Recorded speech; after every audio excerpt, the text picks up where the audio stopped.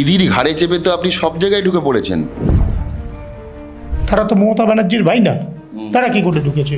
যদি আমার অরিপ বিশ্বাসকে দেখতে হয়, মেসিকে দেখতে গিয়ে আমি শুভেন্দুদাকে ফোন করলাম, ফেস টাইমে ফোন করলাম, অর্জুন সিং নেই, শুভেন্দু অধিকারী নেই।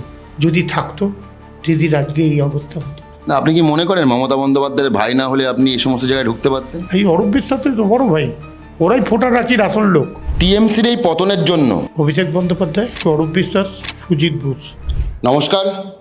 রাজ্যে সরকার পরিবর্তন হয়েছে প্রায় 1 মাস, আর আমি যাকে পেয়ে গেছি তার পরিচয় নতুন করে দেব না, তার সঙ্গে কথা বলবো সরাসরি। আপনাকে দাওয়ালে স্বাগত। নমস্কার। আমার প্রথম প্রশ্ন, মমতা বন্দ্যোপাধ্যায়ের ভাই আপনি, একদম প্রথম থেকে দেখেছেন দলটার উত্থান পতন। গতকাল আমরা দেখলাম যে 80 জন বিধায়ক জয়লাভ করেছিলেন টিএমসি থেকে, তার মধ্যে 60 জন চলে গেলেন বিধানসভাতে, গিয়ে বললেন যে আমরা আসল তৃণমূল। বাবুন বন্দ্যোপাধ্যায় তিনি কি বলবেন? দেখুন, আমার একটাই বক্তব্য, আমি 1984 সাল থেকে রাজনীতি করেছিলাম। রাজনীতি করে মমতা বন্দ্যোপাধ্যায়কে যাদবপুর কেন্দ্রে জিতিয়েছিলাম। তখন থেকে রাজনীতিটা করতাম। 13 সালের পর থেকে রাজনীতি থেকে একটু অফ হয়ে গেছিলাম। তার কারণ হচ্ছে, রাজনীতি থেকে অফ হওয়ার একটাই কারণ, রাজনীতি করতে দেওয়া হলো না। ইভেন তখন আমি আবার পোস্ট রাজনীতিতে, স্পোর্টসের খেলাধুলোয় আগেও ছিলাম, তারপরে একটু বেশি ইনভলভমেন্ট হয়ে গেল। রাজনীতি করতে দেওয়া হলো না, নাকি যেহেতু মমতা বন্দ্যোপাধ্যায় আপনি তার ভাই, তিনি মুখ্যমন্ত্রী, তার দল আপনাকে ভালো কোনো পদ বা বিধায়ক এমপি করেনি সেই জন্য? আমার বিধায়ক পদ বা এমপি বা এমএলএ বা কাউন্সিলর এসবের নিয়ে আমি ভাবি না। আমি তো তৃণমূলের কোনো মেম্বারই না, তো আমাকে এই সব ভাবার জায়গায় তো ভাবতেই দেওয়া হয়নি। 13 সালের পর থেকে দেখা গেল যে অভিষেক বন্দ্যোপাধ্যায় যবে থেকে ঢুকে গেল পার্টিতে, তবে থেকে আস্তে আস্তে মুকুল রায় কাটা হলো, শুভেন্দু অধিকারী কাটা হলো, অর্জুন সিং, তাপস রায়, সৌমিত্র খাঁ থেকে শুরু করে অনেক তাপর নেতারা এদিক থেকে ওদিক বেরিয়ে গেল। এবং সিনিয়র অনেক নেতারাও তারা জায়গা পাচ্ছে না। তখন থেকে মনে হলো যে এই পার্টিতে হয়তো দিদির ভালোবাসাটা আছে, না আর কারোর ভালোবাসা নেই। সেই বুঝেই মনে হলো যে এই লাইন ছেড়ে দিয়ে ট্র্যাক চেঞ্জ করে স্পোর্টসের জায়গাটা বেশি করে দেখাশোনা করলে আমার মনে হয় সেটাই স্পোর্টসের জায়গা এগোতে পারবো। আপনি যার কথা বলছেন তিনিও তো আপনার ভাইপো, এবং আপনি তাহলে কি মনে করছেন যে এই বিপর্যয়ের জন্য দায়ী আপনি যার কথা বলছেন? দেখুন, এটা সবাই জানে, আমিও বলছি, দিদি যদি আজকে ভাইপো ছাড়া মনে করতো যে দিদির মতো করে দিদি চলবে, দিদির মুখের ওপর কথা বলবার সাহস কাউর ছিল না। কিন্তু এই কথা বলবার সাহসটা পেয়েছে একমাত্র ভাইপোর জন্যে। আপনি তো কাকা, আপনি ভাইপোকে শাসন করেননি বা বলেননি যে যেটা হচ্ছে ঠিক হচ্ছে না?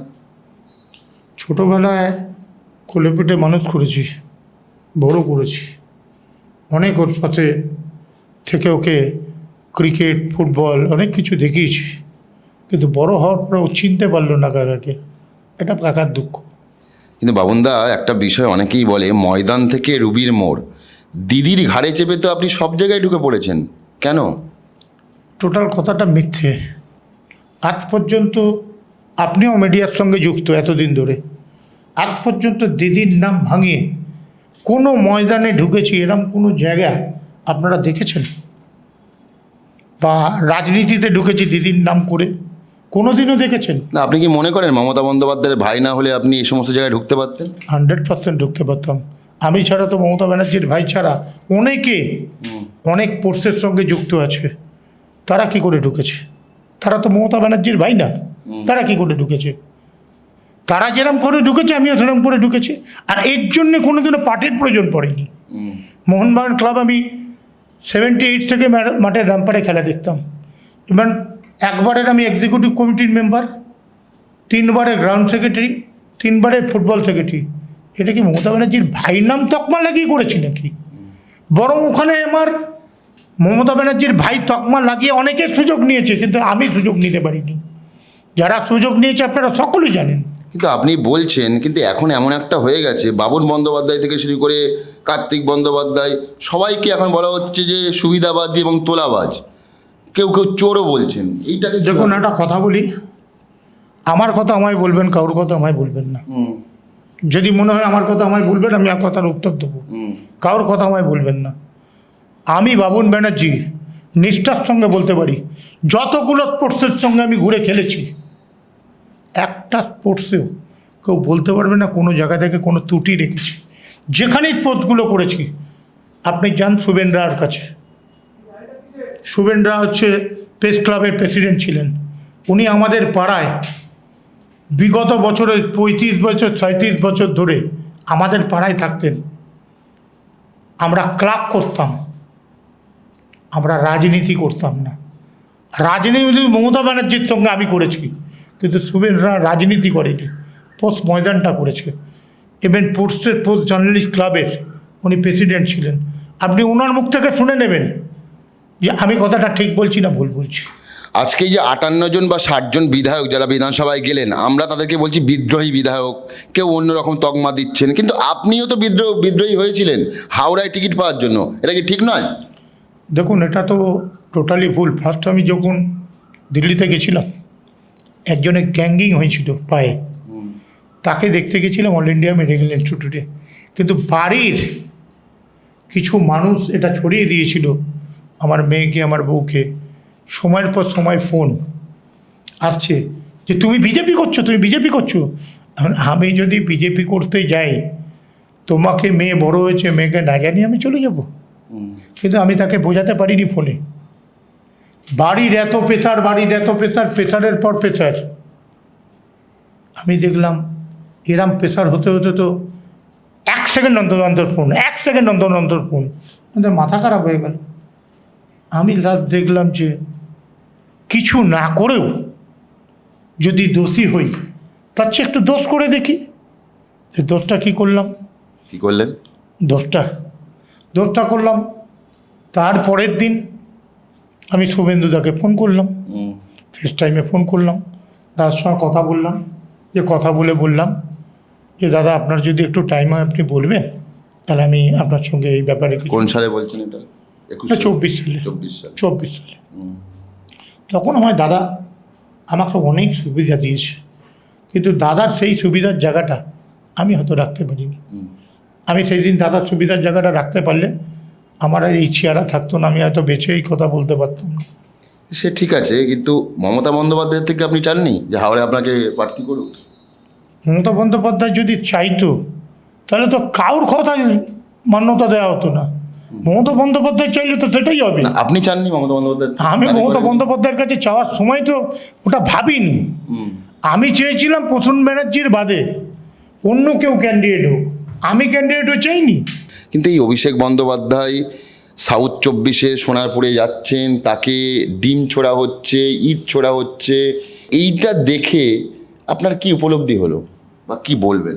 যেমন একটা কথা বলি, রাজনীতির ময়দানে রাজনীতি হোক, রাজনীতির ময়দানে কূটনীতি আমি বিশ্বাস করি না।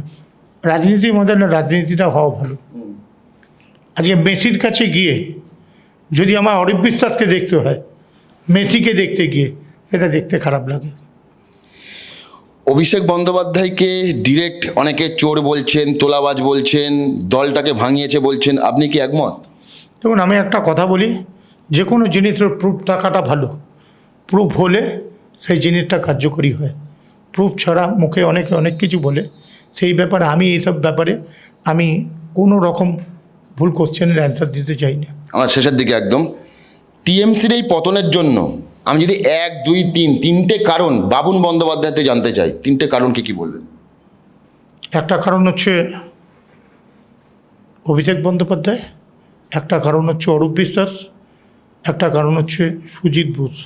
এসব মানুষরা থাকলে তৃণমূল কংগ্রেসে কোনো দিনের জন্যে তৃণমূল কংগ্রেস উঠতে গেলে মুকুল রায়ের মতো লোক, যে অল ইন্ডিয়া তৃণমূল কংগ্রেসের যে প্রতিষ্ঠাতার আসল লোক, তারা নেই। অর্জুন সিং নেই, শুভেন্দু অধিকারী নেই। এইসব লোকরা যদি থাকতো, দিদির আজকে এই অবস্থা হতো। এই পার্টি কি আর ঘুরে দাঁড়াতে পারবে? এটা আমি বলতে পারবো না। এই পার্টির সঙ্গে আমি নেই, এই পার্টির আমি মেম্বারও না, আমি এমএলএও না, আমি এমপিও। ভাই হিসেবে মমতা বন্দ্যোপাধ্যায়ের পাশে সাপোর্ট করবেন যে দলটা যাতে আরও শক্তিশালী হোক, ফিরে আসুক? বিগত বছর তো করেছি, এখন করবেন না? এখন আর করার ইচ্ছা নেই। মন ভেঙে গেছে? না, মন ভেঙে গেছে না। আমায় দাঁড়িয়ে থেকে বেঙ্গল অলিম্পিক অ্যাসোসিয়েশনে দাঁড়িয়ে থেকেই সরকার হারিয়েছে। তাই? হ্যাঁ, এই সরকার বেঙ্গল অলিম্পিক অ্যাসোসিয়েশনে 250 পুলিশ নিয়ে, 6টা আইপিএস নিয়ে দাঁড়িয়ে থেকে অরূপ বিশ্বাস, ক্ষুদিরাম অনুশীলন কেন্দ্রে ভোট, নেতাজি ইন্ডোর। দিদিকে বলেননি এসব? দিদিকে বলে কি হবে? দিদিকে বলে কি হবে? দিদি এগুলো সাপোর্ট করে? আরে 100% অরূপ বিশ্বাসের ভাই স্বরূপ বিশ্বাসকে নিয়ে আসবে বেঙ্গল অলিম্পিকে, তার জন্য দিদি আর কি বলবে? দিদির বড় ভাই তো উনি। দিদিও নিজের ভাইকে ভুলে গিয়ে অন্য কোনো ভাইকে। হ্যাঁ, এই অরূপ বিশ্বাসের তো বড় ভাই, ওরাই ফোটা রাখির আসল লোক। বাবনদা, এই যে তিলক দেখতে পাচ্ছি, তিলকটা আজকে থেকে না, আমি আসলে পুজো আচ্ছা করি তো, ব্রাহ্মণের ছেলে তো, আনিক ফানিক করি, পুজো আচ্ছা করি। ঠিক। এবার মায়ের যে আসল জায়গাটা সিঁদুর ছিল, ওই সিঁদুরটা মা রেখে গেছিলো, তখন একটু ছোট ছোট করে লাগাতাম, এখন একটু বড় বড় করে লাগাচ্ছি। কারণ দাদার তিলকটা দেখেছেন, শুভেন্দু অধিকারীর তিলকটা কি সুন্দর লাগায়, অনেকটা আমার মায়ের মতো দেখতে শুভেন্দুদার মাকে, আমিও একটু লাগাই। দাদার তিলক দেখে কি আস্তে আস্তে এই তিলকটাও বাড়বে? বামন বন্দ্যোপাধ্যায়কে কি কখনো কলকাতা পুরসভা বা হাওড়ার পুরসভাতে বিজেপির হয়ে লড়তে দেখবো? এখনও পর্যন্ত ভাবিনি, দাদা ডাকলে ভাববো। আমি যেহেতু স্পোর্টসঙ্গিনার লোক, খেলাধুলোকে ভালোবাসি, খেলাধুলোর জন্য আমার ক্রীড়ামন্ত্রীর কাছে যেতে হবে, মুখ্যমন্ত্রীর কাছে যেতে হবে। দাদা ডাকলেই যাব। দাদা ডাকবে মনে হয়? দাদা ডাকবে কি ডাকবে না, এটা দাদার ব্যাপার, আর আমার তো দাদার কাছে অ্যাপয়েন্টমেন্ট নেওয়াটা এটা আমার ব্যাপার। ঠিক। সব মিলিয়ে যেমন অভিমান, ক্ষোভ, রাগ তিনি বললেন, তেমনি আগামী ভবিষ্যৎ বা আগামী দিনে বাবন বন্দ্যোপাধ্যায়ের রাজনৈতিক পরিচয় কী হবে তা নিয়ে ধোঁয়াশা রাখলেন। ক্যামেরায় শক্তিকের সঙ্গে রফিক, দাওয়াল, কলকাতা।